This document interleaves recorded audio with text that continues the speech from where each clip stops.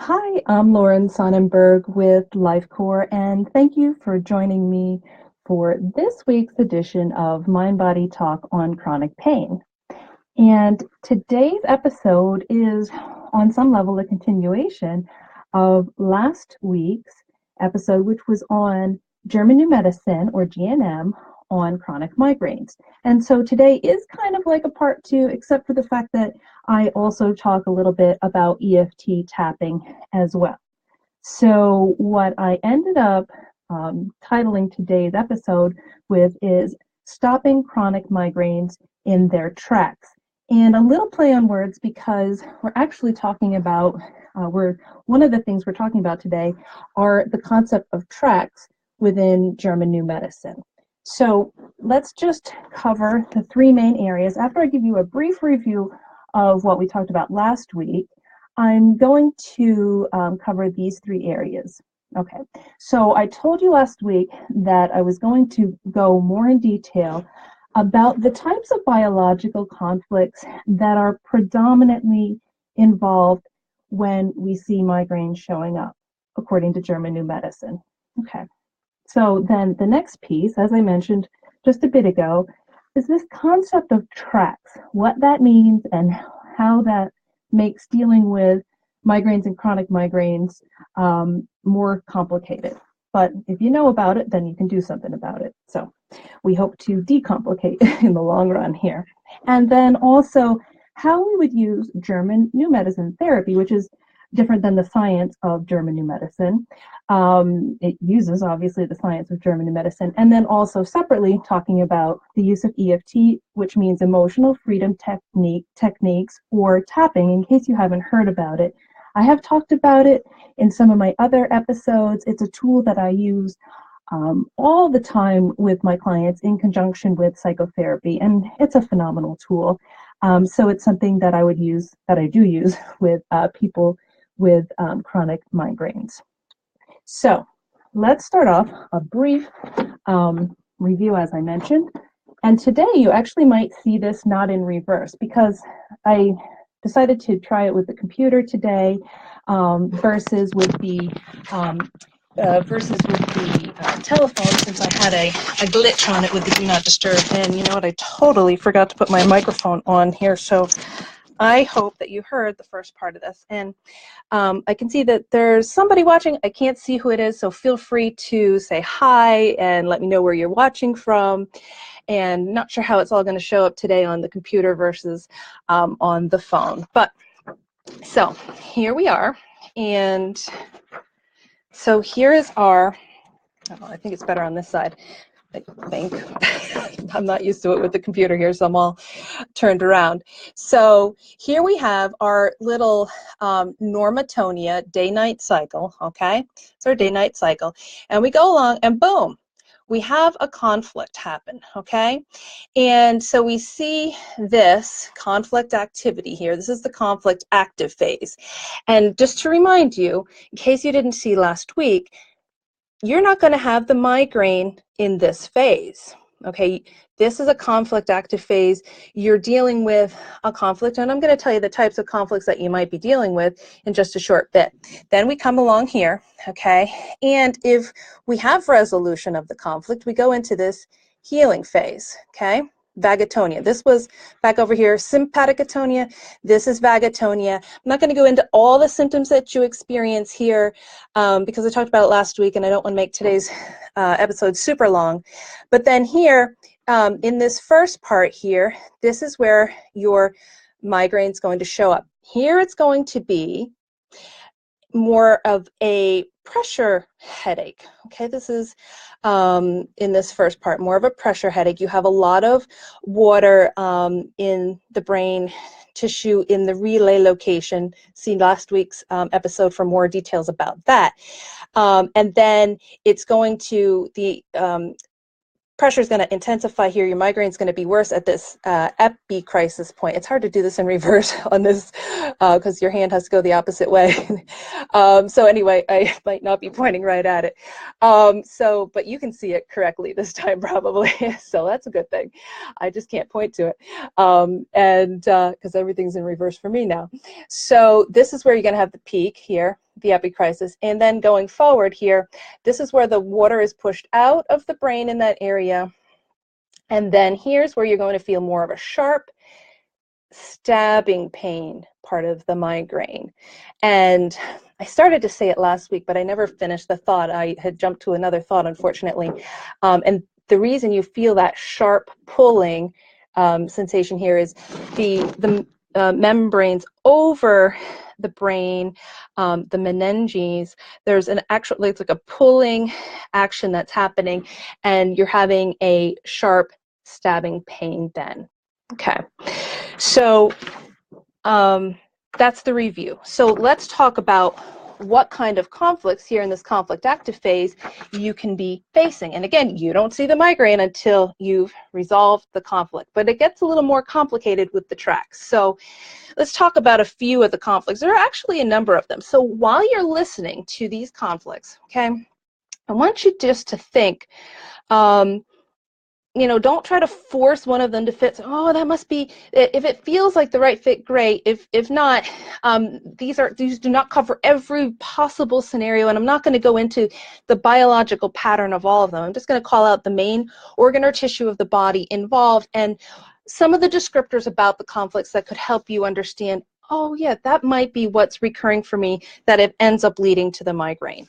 Okay, because we have to be like detectives when we're doing this work. When you know GNM, you have to look deep into the situations that you're involved in and see what biological conflicts, or as I like to call them, bio-emotional, because people can understand that a little bit more, the concept of, oh, I'm having an emotional reaction to something, but at the same time, you're having a biological reaction. Your body's doing this whole process in order to make the organism, the human, could be an animal that we're talking about, stronger and more able to deal with these conflicts. There's always a function, there's always a reason. Your body isn't backfiring on you. This is the key that we don't want to forget.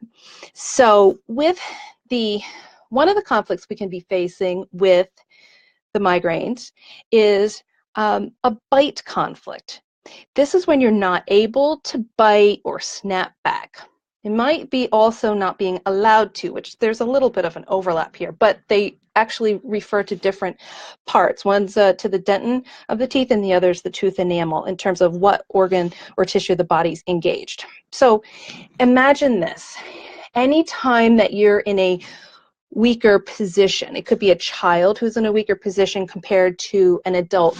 It could be a woman who's facing a man who's much stronger than her in certain ways. Like physically, a lot of times a man might be considered stronger. So what about in the workplace? Okay, like an authority figure, like a boss. What about dealing with some government official? You don't have the upper hand. Somewhere at school, you're the student, and the teacher has the upper hand. Same with an older sibling, for example, when you're still when you're still a child. So could be with a police officer, could be in the legal system with a judge, something like that. It could be any time abuse occurs. So it could be these big situations, and it could be smaller, but as long as it kind of really emotionally grabs you. It could be something at work where you want to say something, you just really angry about something, but you can't because you want to keep your job. You don't want to fight back to, you know, with the supervisor or the boss. Okay, those are some examples. Or where it may not be politically correct to say something. Okay, so here's another type. And if you have any questions along the way, by all means, type them in the comment box. Be happy to answer them. And also, if a light bulb goes off and you say, oh, that's the conflict that I can really relate to that. That might be what's happening with my chronic migraines.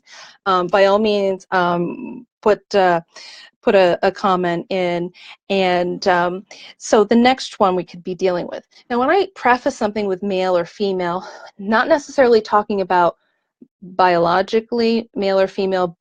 Well, we're not talking about. We're talking about how hormonally the person is actually showing up in terms of German new medicine.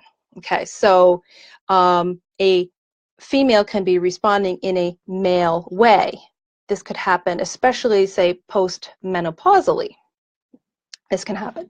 There are lots of varieties on this theme that throw people's hormones off from normal balance, so to speak. So when I talk about a female powerless conflict, we could be talking about a man who might be hormonally responding as a female. Anyway, I just wanted to preface with that little bit.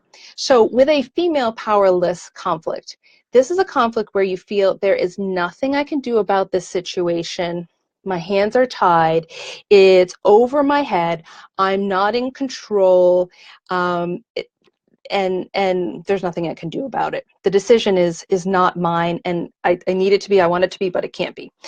And this actually relates to the thyroid ducts. Now, the next one is the male frontal fear conflict. This relates to the pharyngeal ducts, okay? And this is a fear of heading into a dangerous situation or a danger moving towards me, okay? And this could be something like, okay, it's tax season, so how about, you know, a person gets a notice that they're getting audited by the IRS or something like that. That could feel like a frontal fear conflict. It could be you go in for a regular medical procedure, like a follow-up appointment, I should say, and then you get notice that you actually have to come back and do a surgery, and you weren't expecting that. It could be also like an unexpected cancer diagnosis. That can be problematic as well. That could cause, not in every case, it's not going to do it every single time, but if it hits a person as a frontal fear conflict, then it all makes sense. The female scare fright conflict is involving the mucosa of the larynx and the vocal cords. And this is when there's a response, a conflict, a response to unforeseen or frightening experiences. An unforeseen danger, for example. Okay, now moving right along, we have the male territorial fear conflict.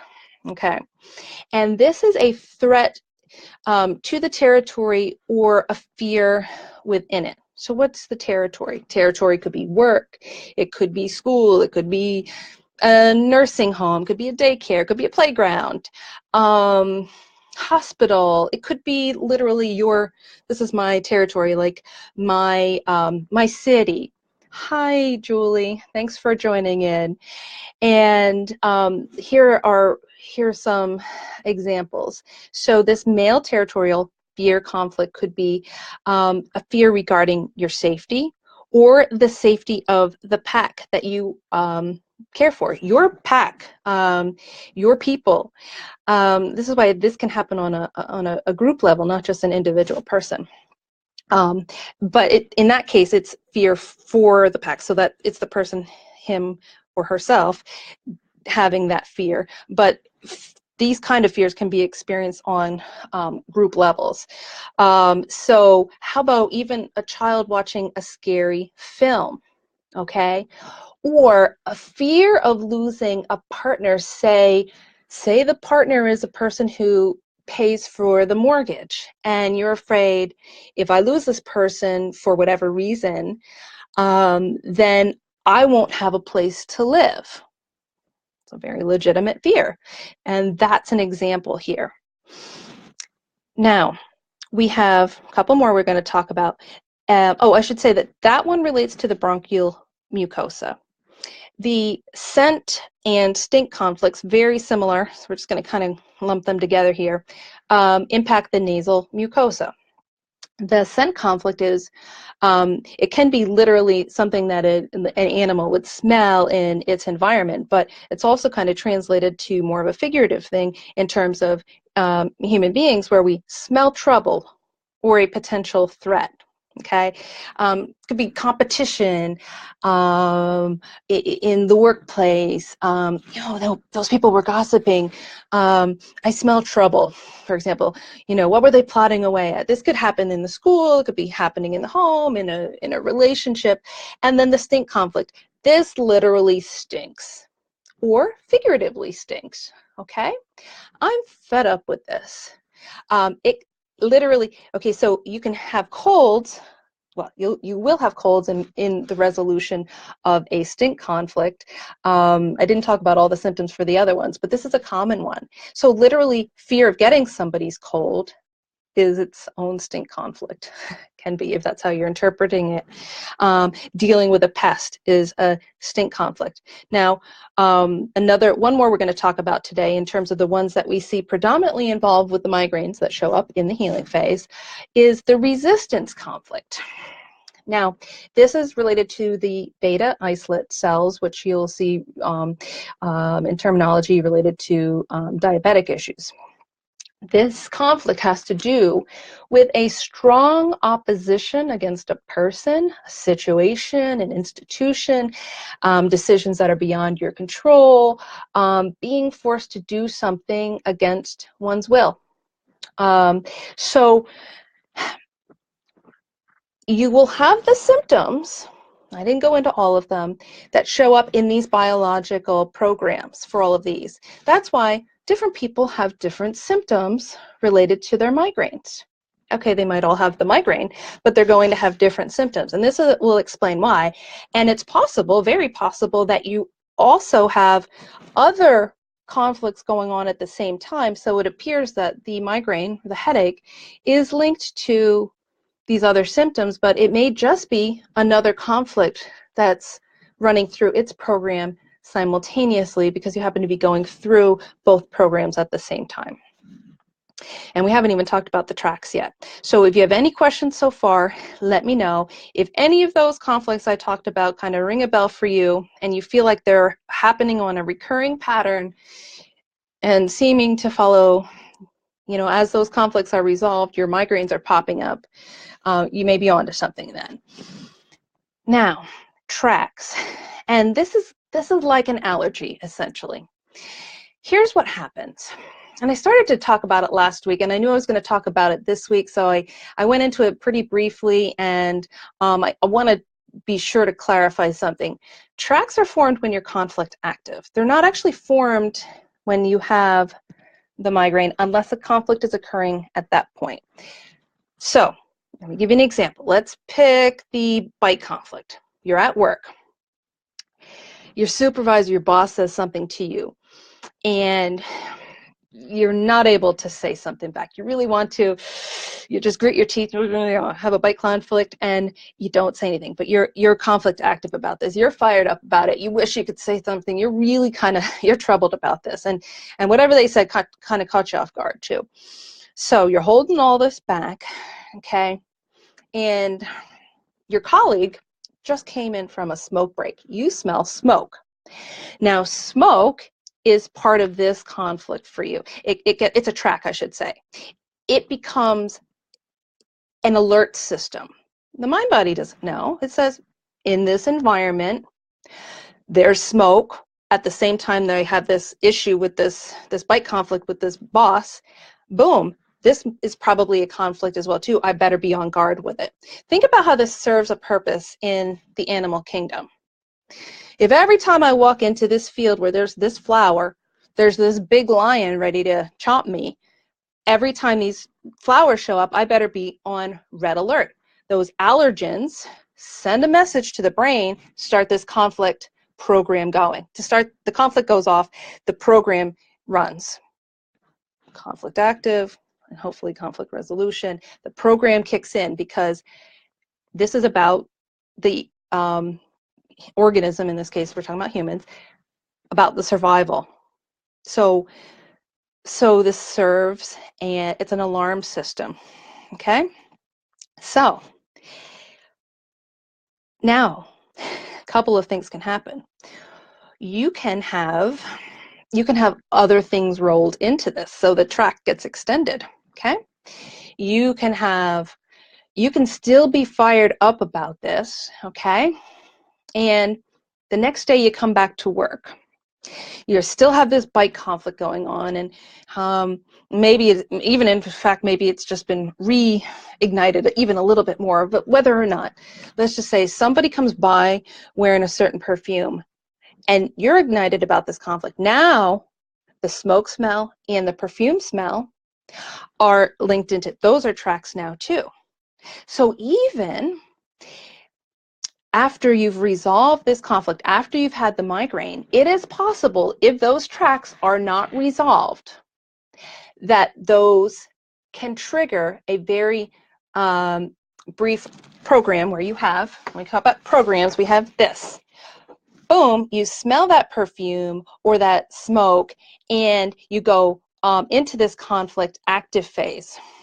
Okay, briefly, boom, and then you, boom, get right into the healing phase where you have the migraine, and it comes on like a migraine attack, and kind of out of the clear blue. So you might have listened to that list of conflicts and said, you know what, I don't think I have any of that going on, but I do know when I smell this certain smell, or I eat this certain food, and maybe you haven't thought about it, but when I'm around this person or listening to that song, different things become tracks. You can be literally allergic to things other than cat dander and peanut butter. It includes those as well, but there are things that you can have tracks with, or that are serve as allergens that set this in motion. So you can have a long drawn out migraine experience where it's chronic in the sense of it's lasting a long time, and or you can have the recurring, it's on, it's off. How about the weekend migraines? Okay, I'm dealing with this conflict at work that, let's use the example we just talked about, and boom, weekend comes along, I'm out of this conflicted environment, I'm at home relaxing, and boom, I get this migraine because you're in conflict resolution.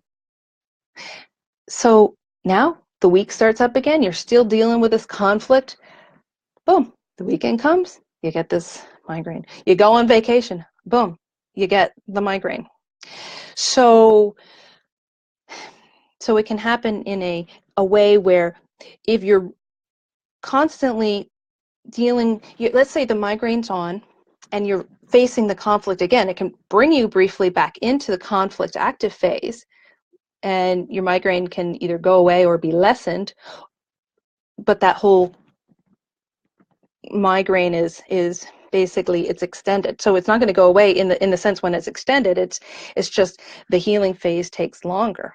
Okay, but we can have instances where the conflict's totally resolved and it comes back though, and it comes back either because the conflict is reignited or a different conflict, and or we have these tracks that are involved, these pieces that kind of get glommed in, for lack of a better word, and serve to reignite the biological process that results in the migraine as well as other symptoms.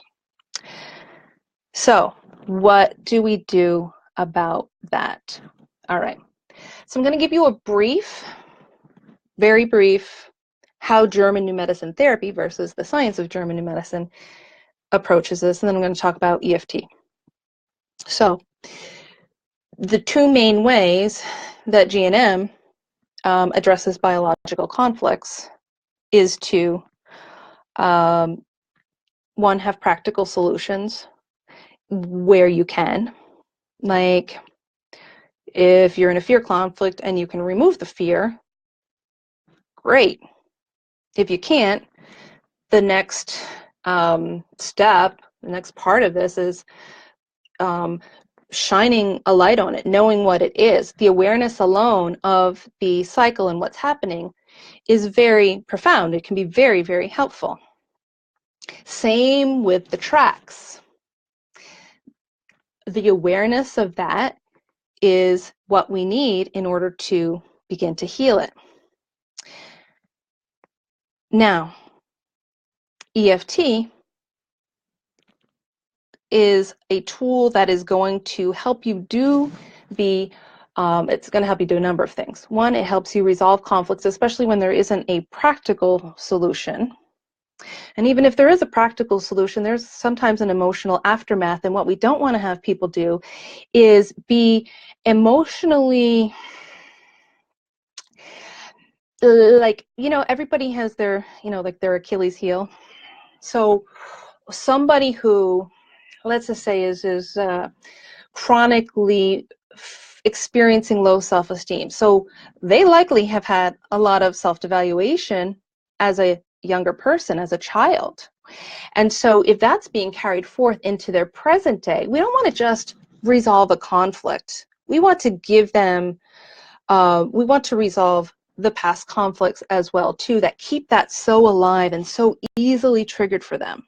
Because even if you're not talking about very noticeable physical symptoms, to chronically live with low self-esteem, anxiety, depression, whatever it is, nobody wants that. So we need to give people tools that will resolve it in a more global way, and even though we actually go very specific within, but not just looking at this micro moment, but we're looking at other instances that make the present day events so triggerable, how these events can turn into big triggers. Now, that does not mean that if you've done a lot of work if you've done a lot of emotional work, that nothing will trigger you ever. And it doesn't mean you're a weak person if you are triggered. It doesn't. Because some things we just don't see coming. We just don't see some things coming. But if we can strengthen the person on the level of mind, body, and spirit, we're going to do that work. And so the other great thing about EFT is that sometimes looking for tracks is like looking for needles in a haystack.